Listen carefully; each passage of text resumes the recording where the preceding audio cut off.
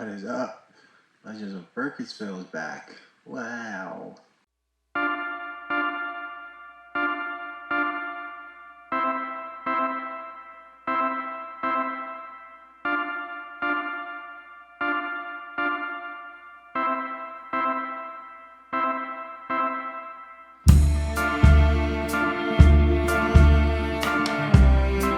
First, thanks to Susan Shannon for they came last Monday to see. They said they were supposed to go to see hockey. I don't know what they saw, but thanks for coming out. Just an embarrassing performance on my part. I'll get there. When he was moving, came across something that he forgot to give me was the 2022 Baltimore Comic-Con yearbook. I was so into being inside the convention, I didn't really get to explore what kind of a memorabilia there was. So Chet snagged me the Comic-Con yearbook, and it's important because Jinx Film's table was featured inside here, so thank you, Chet, for that. Keep It Up this week is for Ashlyn. Ashlyn really brought it on Saturday. Small performance. Dylan did amazing as well, but I think Ashlyn with the voiceover, and she's picked up a second job as well too. I thought that was really cool because she's working with Lenny. Yeah, just keep it up, man. She's awesome job, Ashlyn, and Dylan too, man. Dylan really blew me away with his Burkittsville authoritative performance.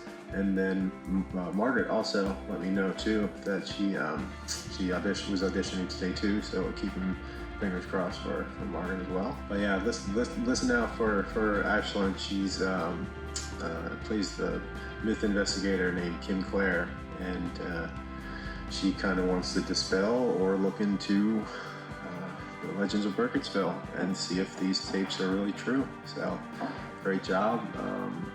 If we wanted to explore some legends of Burkittsville with current contemporary times, Ashlyn's Kim Clare can definitely kind of feel that. Viewer mailbag was from Art Bell. He kind of left a nice comment saying that it's really cool to see Legends of Burkittsville continue again after the teaser drop. So thanks, man. Reach him at his handle there on YouTube.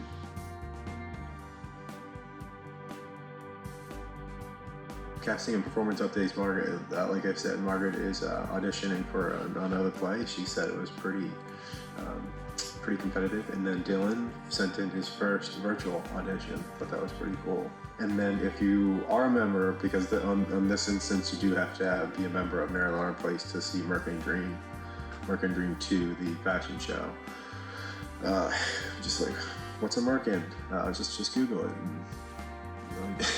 Whether or not you want to go to that fashion show, but I'll be there, man. I'll be there. Not in it. Whoa. I'll be there as you know, an evening at Maryland Art Place. Yeah. And then finally, news.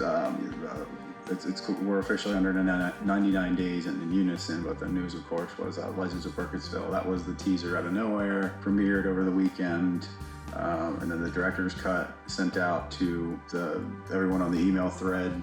And so thank you so much, everybody who watched it immediately in that 24-hour span and gave me some really cool feedback and criticisms and took it kind of exactly where I think I needed to go.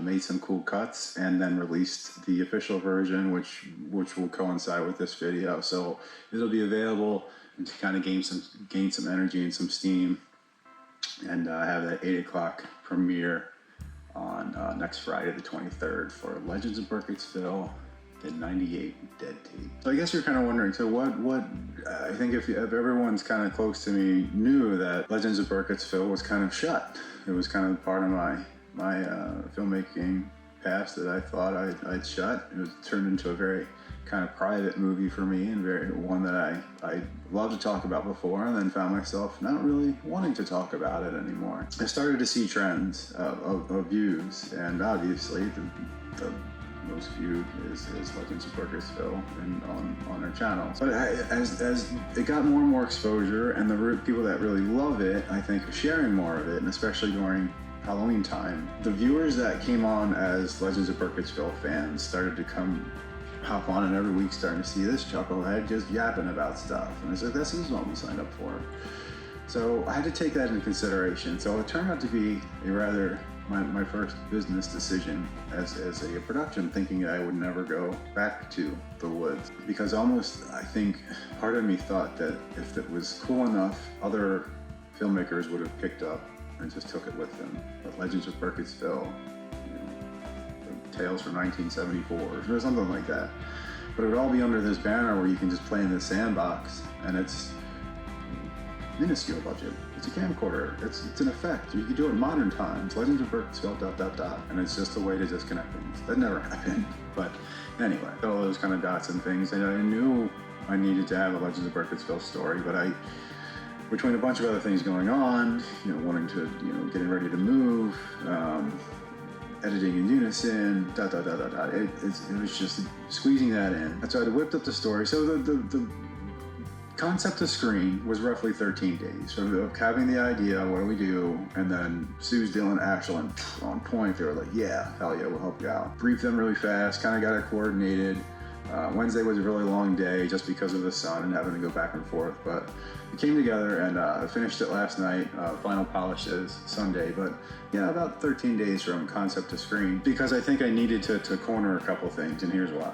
So there's a couple reasons. So I know I have a really strong audience in September, October for when everyone's looking for Halloween movies. Now, pushing this thing closer to Valentine's, which I have it premiering on the 23rd, and it's set over Valentine's weekend of 1998, kind of puts me in a better position to have a repeat viewer for some scary movies set around Valentine's, which this can be marketed as. So that was my thing there, to kind of coincide for that little lag of October when I peak, and then February. But what this is also going to help is that these guys are now going to be a little bit closer knit into the In Unison crowd, and vice versa.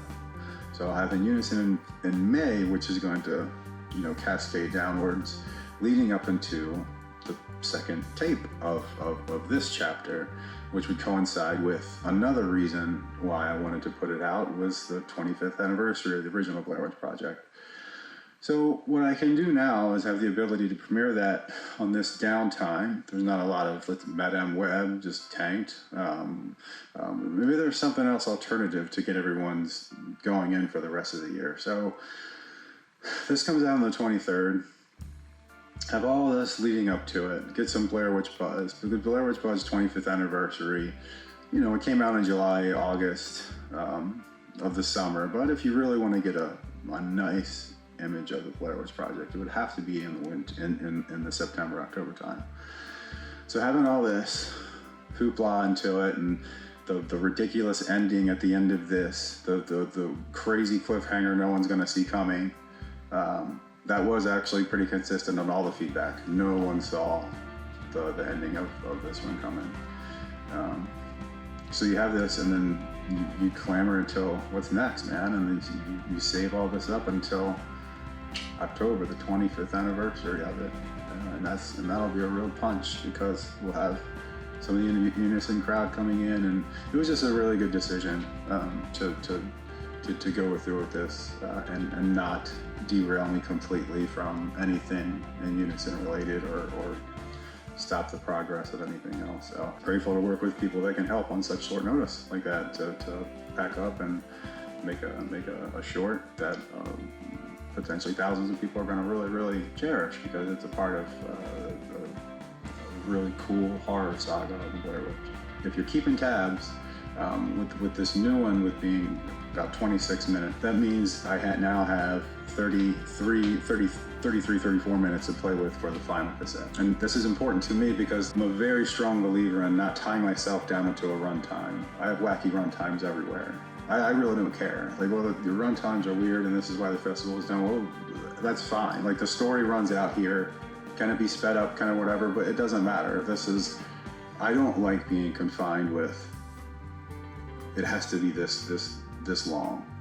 I can appreciate that 90-minute to 2-hour window, of course, but I don't want to come out and say this movie's going to be 2 hours long. And no one tries to do that, but you get what I'm saying. So this is the first time, now that I know I have a 26-minute finished product on this, I now know that I have to, for the first time, confine myself into 34 minutes, which is going to make my decisions that much more exact. Not knowing that, well, it turned out to be this. And the reason why is because between Legends of Burkittsville, 3 Days Before They're Left, the original Blair Witch Project, and then cassette 1 and cassette 2, those 4 movies basically would be exactly 3 hours.